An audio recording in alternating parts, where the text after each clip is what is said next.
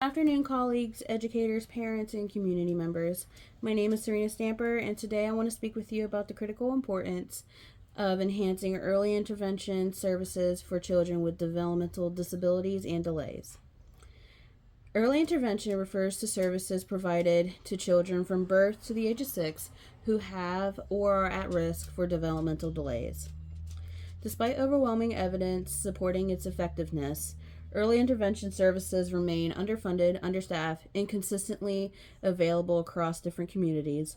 I firmly support expanding and strengthening these vital services as an investment in our children and in our future. This issue affects multiple stakeholders: children with developmental disabilities who deserve the best possible start in life, families navigating complex systems while seeking support, educators and specialists who provide in these critical services, policymakers allocating limited sources, and ultimately our entire society, which benefits when all of our children reach their potential. Research consistently demonstrates effectiveness in early intervention. According to a comprehensive study by Gurnick 2017, the earlier we identify delays and provide targeted intervention, the better the outcomes. The brain's remarkable plasticity during these first 3 years of life creates an optimal window for intervention that may never be effective again. Hampton and Kreischer's 2016 meta-analysis shows that children receiving early intervention services demonstrated significant improvements in cognitive function, language development, and adaptive behaviors compared to those who didn't receive such services until later. Furthermore, economic research by Heckman 2016 demonstrates that every dollar invested in quality early intervention yields returns up to $7 through reduced special education costs, higher productivity, and decreased dependency on social services later in life. Limitations in early intervention services can contradict best practices by established research. Inadequate funding leads to wait lists, delayed evaluations, and insignificant service hours.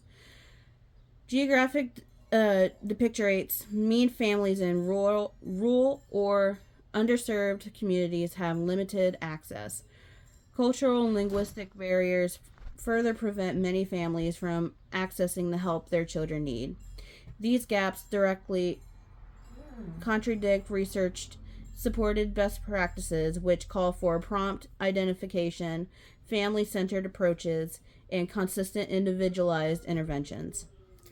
I propose a comprehensive approach by strengthening early intervention, by increasing federal and state funding, specifically allocating to early intervention services, develop a standardized screening protocol implemented during all well child visits, expand training programs to address the shortage of early intervention specialists, create a community-based support center in underserved areas, implement family navigation programs to help parents access and coordinate services.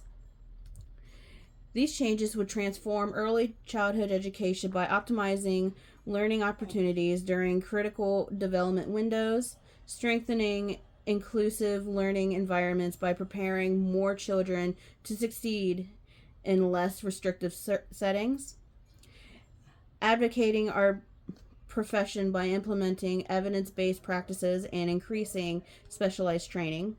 Most importantly, these changes support families by empowering them with the tools and knowledge and resources during what can be an overwhelming time, allowing them to become their children's best advocates. Several organizations are already championing this cause, including the Division of Early Childhood of the Council for Exceptional Children, which provides professional development and advocacy, the IDEA Infant and Toddler Coordinators Associating works to provide policies affecting early intervention From a Christian perspective, this advocacy aligns perfectly with our call to care for the valuable and recognize the inherent dignity worth of every child. By supporting early intervention, we acknowledge that every children is fearfully and wonderfully made with unique gifts to contribute. We call to steward resources wisely, and research clearly shows intervention is sound stewardship of both financial resources and human potential. In closing, I urge you to join me in advocating for expanding early intervention services. Contact your representatives, support relaying legislation,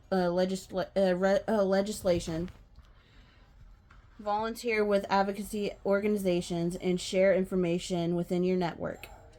Together, we can ensure every child has an opportunity to develop to their fullest potential from the earliest possible moment. Thank you.